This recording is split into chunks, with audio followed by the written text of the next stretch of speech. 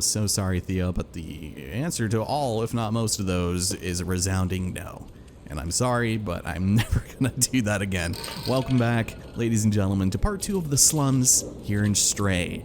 My name is Allison Cruz, and I come bearing some unfortunate news. So, yesterday, there was a really bad heat wave, and it knocked our power out in the middle of a recording session, so I lost a fair bit of progress, including collecting some memories and also getting the chatty meow achievement where you have to do it 100 times, and I got it on camera, and I was so upset that it did not save. So we're gonna have to redo some stuff, but luckily this game does have a pretty robust chapter reload system. The only caveat is that everything is reset to its natural state, which means we have to basically re-meet everyone, collect all of the music notes and the energy drinks and the detergent in order to go through, and it's just kind of a bummer. But luckily you can review your memories here by way of B12. So yeah, we're a little bit ahead on that. So off screen, I went ahead and reset everything and got the electric cables back. You'll notice I am pimped out with another badge on my side here, which we'll collect in a bit. But at the end of the last part, we made our way to the tippy tops of the roofs and we left a transceiver to increase communications with Momo's friends. And when we returned, turns out he decided to go grab a quick drink at the bar and implored us to join him. How's it going? Look at this bitchin' hopper outfit he's got on. I love it. Flamingos. And then for some reason, he always runs into this guy. So it's kind of weird. Anyways, let's go and pop a squat and see if our efforts bear any catnip.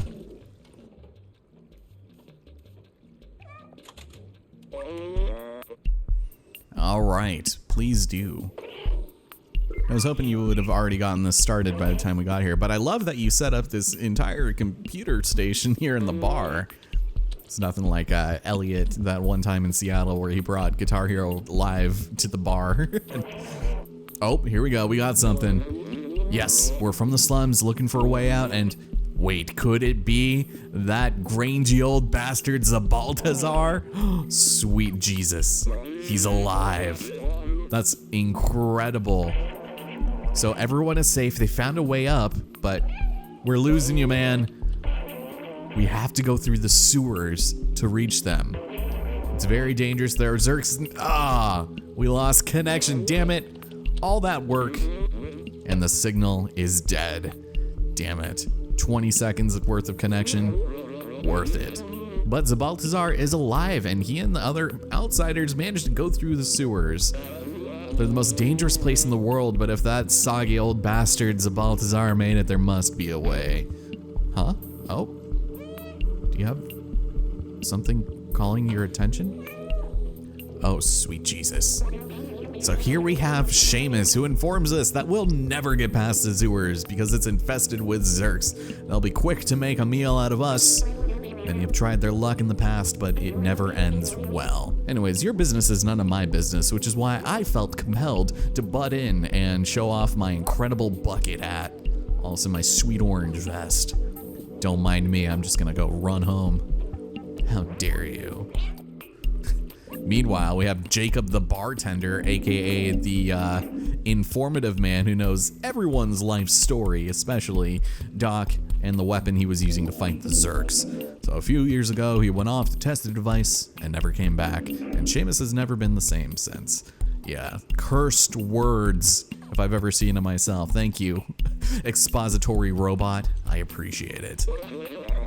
Yeah, so anyways, Seamus is scared because if Doc built a weapon, that's our ticket to join the Outsiders. And in his deepest, darkest secret notebook, he's mentioned a lab. And you know, his house must have been where he was working on it. So let's go and follow that dude home. Why not?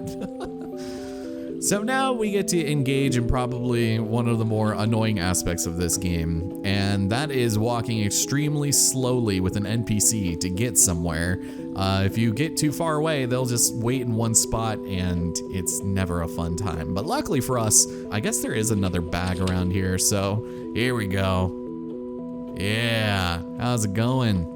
I got a bag on my head and I'm running around. Got a bag on my head and I'm running in paint. I'm pressing R3 to reverse the controls and now I'm going crazy. I'm going out of control. Yeah, there we go. Okay. Well, just beyond the old Craigslist ad for that musician, we have Seamus's place. And look at these lights. Oh, that's like a good light, man. Also, imagine going home after, you know, being wasted at the bar, and one of your dad's, your missing father's friends comes by, follows you home after, you know, drinks, and yeah, he doesn't want to hear about the outsiders anymore. It's probably a touchy subject. All right. Well, fortunately for us, the sentient robot actually has some pretty good deductible senses and detects that behind this wooden panel, there's a broken vent. That's pretty neat. So he's gonna give us Doc's notebook as a sign of good gratitude, and also, I love how there's a dragon on this. It's like, what is this? Is this Aragon or something? I heard that they're actually making a Disney Plus show based off the books, which is much better than the Jeremy Irons film that was released like, what, 15 years ago? I love the series growing up, not the movie. So that'll be interesting how that goes. So yes, information that will act as an electroshock. We'll find the secret lab. He's gonna go back to the bar to reestablish communication. All right, and that'll be the last we see of Momo for a minute. All right, wake up, Seamus. It's time to get down to business. He's like, why did you guys freaking follow me here? Going through the sewers is a suicide mission. All right, well, luckily for you, I got myself a notebook. Yep, it's your old papa's, and you now hold his deepest, darkest desires. Also, can we talk for a second about the logistics of a father-son robot duo? That's weird. Like, is there a pregnancy? What is the birthing? Is it just dad creates the son? I don't understand. Maybe they impose these societal norms on each other, but yeah, despite the fact that Doc hasn't lived here for a while, this place is in a bit of a state of arrears. Also, they do have a penchant for time, which is kind of fun, I suppose. Anyways, in case you couldn't have realized, gee, I wonder where the secret lab could be.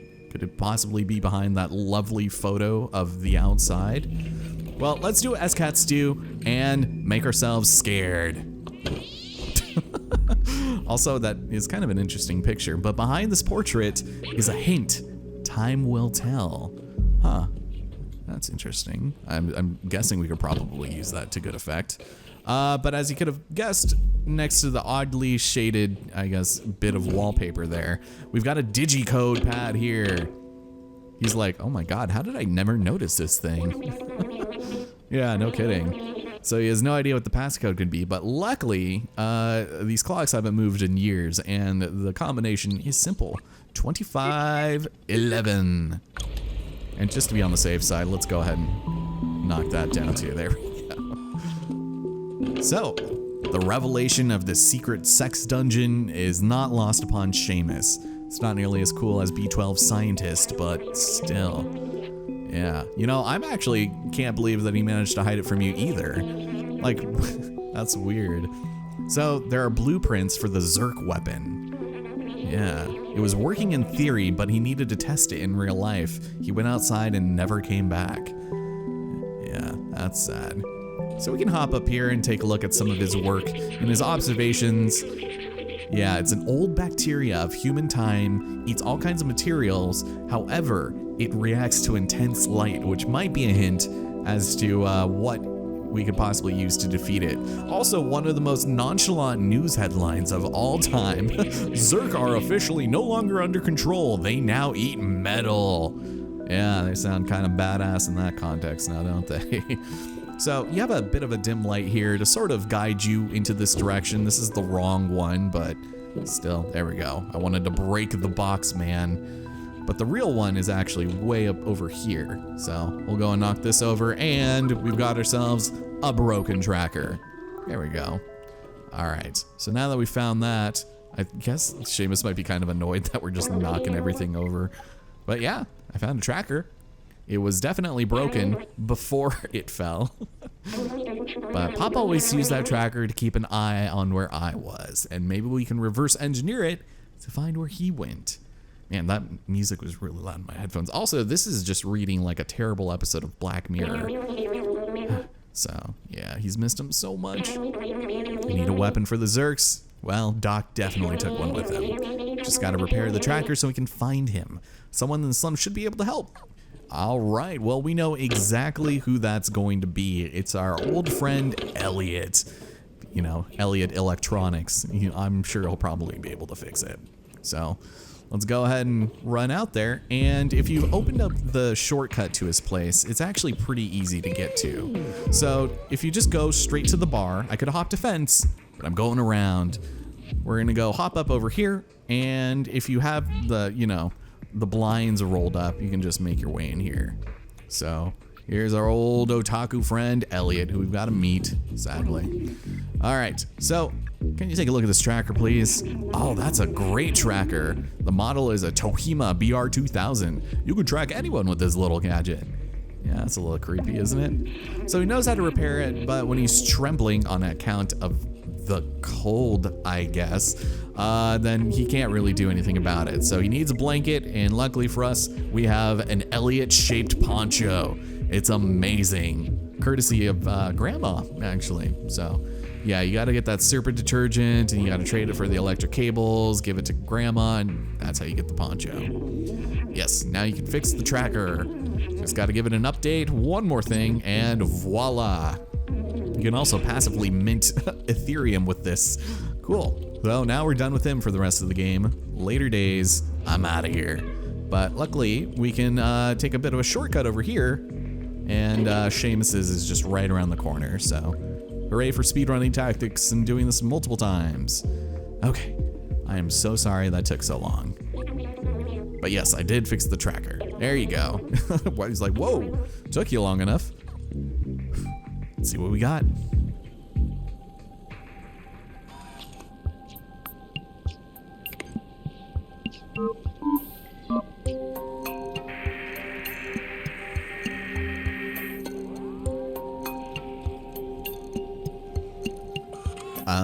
I take it you have a single? Yeah, cool. Yes. Let's follow the tracker and maybe we'll find out where Doc went. Now for the continuation of following extremely slow walking NPCs, kicking his little sardine cans out of here and just follow him. So walk as slowly as we can, or we could take the cool walk. Yeah, let's do this. I'm a cat, he's a cat, she's a cat, we're all cats. Hey, I'm a cat, he's a cat. Just kidding, I don't know. Oh, there you are. Yes, let's go. Run faster, please. Yeah, this is gonna move extremely slowly. That's cool. If you get too far, Seamus will just stop and he won't move until you keep going, so. Anything else you wanna do? And also, if you go ahead and reload a chapter after, you know, rubbing up against some characters, you will get that achievement, because I got it too. I got it again, so there you go. Give him a little bit of love. You have to cuddle up against 5 robots, by the way, but he must have really left the slums. It's dangerous out there, but he needs to know. Let's do this.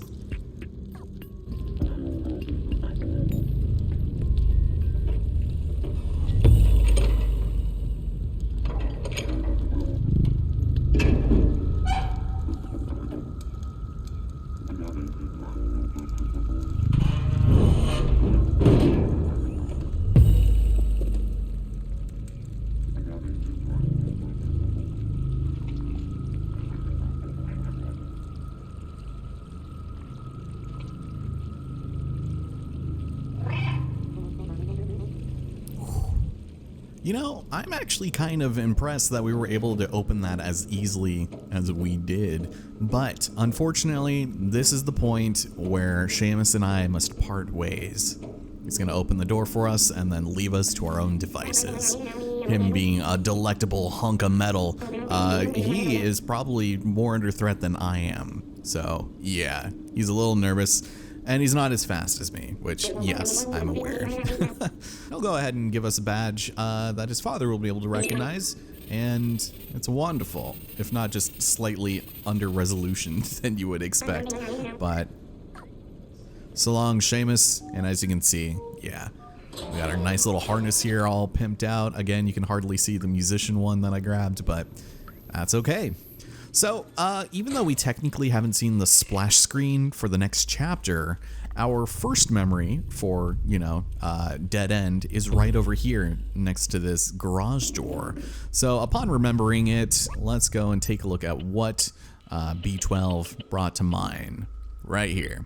Look at how huge this wall is. I remember it was a symbol of the division between those in the slums and in Midtown. In fact, they kept throwing their garbage down here. It's horrible.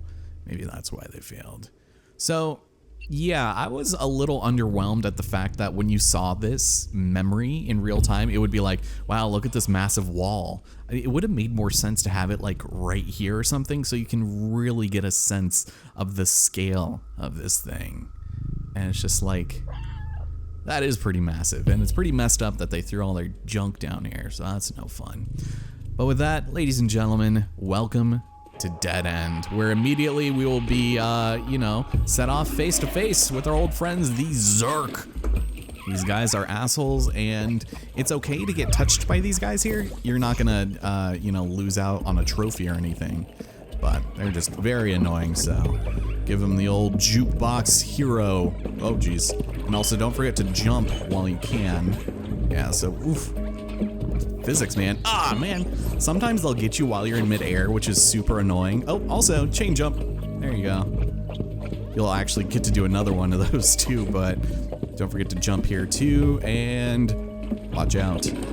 So we'll go ahead and give them the old loop-de-loop. Gotta go in down through here, and we're just about scot-free. Yeah, I would be really upset if you had to do this running section without getting hit. That one is just evil. I hate it. All right, swiveling girders. Once again, it's pretty straightforward. So long as you just interact with it at every point that you possibly can, you'll be fine. It's a good time. Climb across this, and hey, more chain jumps. Oh, but right here, this bit. Yeah! All right, you bastards, die! Die, you scum!